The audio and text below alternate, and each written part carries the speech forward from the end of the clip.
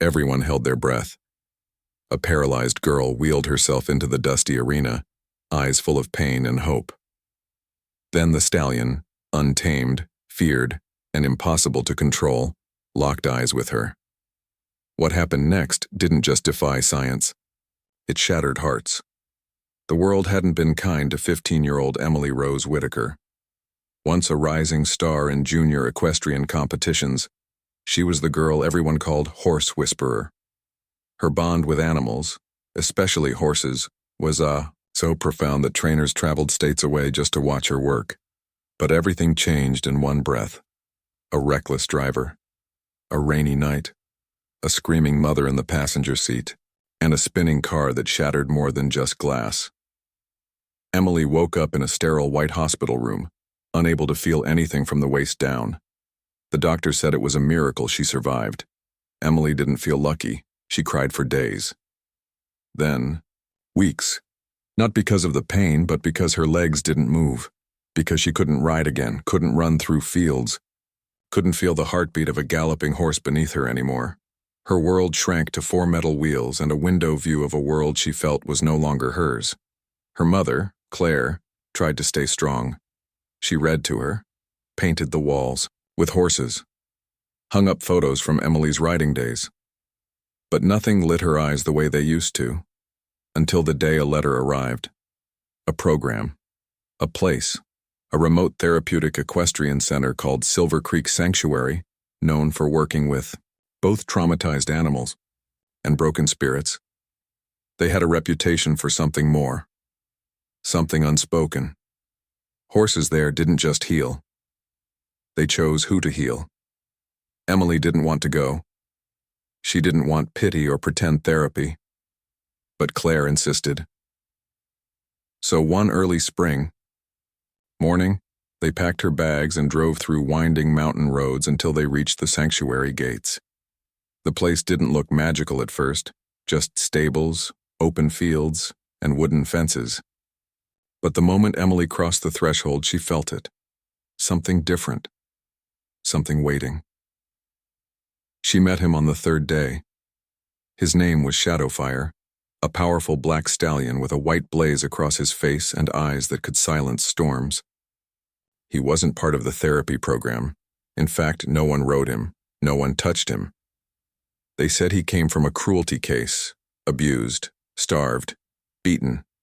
They said he couldn't be trained, that he hated humans. But Emily saw something else. Not hate. Hurt, wounded pride, and fear. While other teens worked with gentle ponies or older mares, Emily wheeled herself to the far fence, where Shadowfire stood, alone. Every day she sat there, just watching. Not speaking. Not trying to get his attention. Just being.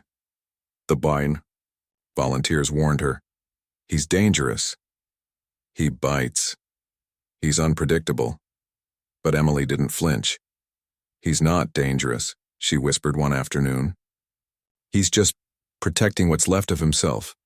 For weeks it went on like this, her in her chair, him behind the fence, silent understanding, until the day everything changed. It was dusk. Most of the other kids had gone inside, but Emily remained, her fingers tracing patterns in the dust.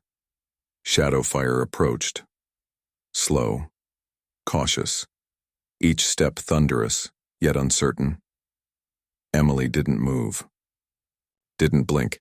He stopped just inches away, snorted, then lowered his massive head, nose to nose with the girl in the chair.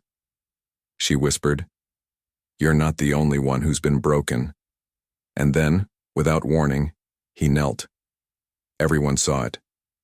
A wild stallion, untouched for years, kneeling before a paralyzed teen. Some gasped. Others cried. The sanctuary director, Ms. Ilara, stepped forward in disbelief. "In all my years," she murmured, "I've never seen him do that." Emily simply smiled for the first time in months. He chose me. From that day on, everything changed. Emily was allowed to enter the inner paddock. At first, she just sat with him. Then she brushed his coat. Then he began to follow her wheelchair like a puppy. They were inseparable. Emily began to speak again. Laugh. Eat more. Her eyes had light again. Shadowfire changed too. He no longer reared when people came close. He allowed trainers to check his hooves. He even let a little girl pet his nose. But he only ran for Emily. Each morning she'd wheel to the gate and whisper, "Come on, Fire," and he'd gallop. Not away, but toward her. The sanctuary called it a miracle. Emily called it trust. And then came the event that would test it all. Silver Creek Sanctuary announced an annual fundraiser, an open event where the public could watch the progress of its horses and students. It wasn't a competition, but it felt like one to many. Donors would be there, news crews, even local celebrities. When Ms. Ilara asked Emily if she'd like to participate, she hesitated. "What would I even do?" she whispered, glancing at her motionless legs. "You and Shadowfire already do more than any performance," Ilara said gently. "Just show them who you are." Emily agreed, not for attention, but for him, for Shadowfire. She wanted the world to see what they saw in each other. But not everyone supported her.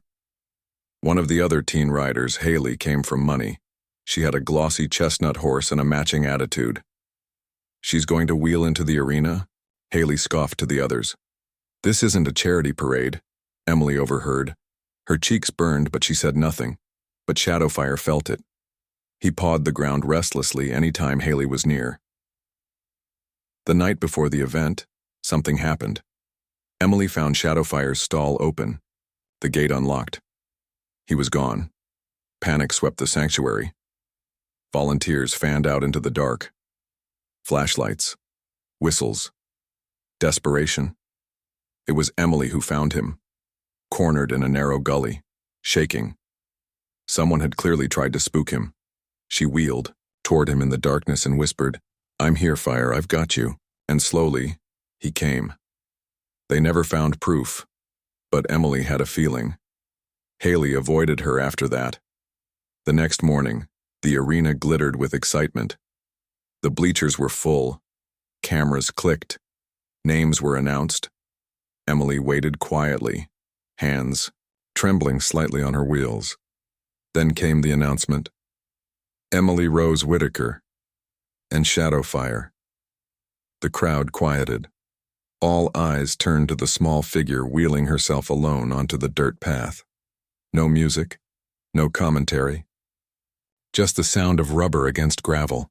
Then from the other side a thundering sound, Shadowfire. Hooves pounding the earth, galloped toward her. Gasps filled the air. He didn't stop. People screamed, but Emily didn't flinch. At the last possible second, Shadowfire reared back, his hooves landing gently beside her. Then he did the unthinkable. He bowed, lowered himself to his knees in front of her again, and then lay flat. Emily wheeled forward. With incredible strength, she pulled herself from her chair onto his back. The arena went silent. No saddle, no reins, just Emily on her belly, clinging with her arms. Then he rose, and together they moved. He trotted slowly, then faster. Emily leaned into him, laughing, crying. Her legs didn't move, but her soul soared. It was as if they danced. Gasps turned to sobs. Even Haley was speechless. By the time they finished their lap and returned to the center, half the audience was on their feet. The other half were wiping tears. The video went viral that night. Millions watched as a paralyzed girl rode a wild stallion without a saddle, without help, with only trust. News outlets called it the most beautiful moment of the year. A famous talk show host invited Emily on air. Shadowfire was even offered a movie contract, but Emily declined most offers. "I didn't do this to be famous," she told one reporter. "I did this to prove that healing isn't about fixing what's broken. It's about finding what still works, and who still believes in you." She and Shadowfire returned to Silver Creek, where they now lead a special program for trauma survivors. Together, they help others walk again, even if only inside. 1 year later, Emily wheeled to the same arena gate. The sun glinted off the railing. Birds chirped in the pine trees. Shadowfire stood waiting. She whispered, "Ready for another ride?" He neighed, nodded, and in that moment, nothing in the world was broken. Just beautiful. What if the thing you fear most is the very thing that sets you free? Would you be brave enough to ride? Let us know in the comments what part of Emily and Shadowfire's story touched you the most. And if you believe in second chances, share this story. Someone out there needs to hear it.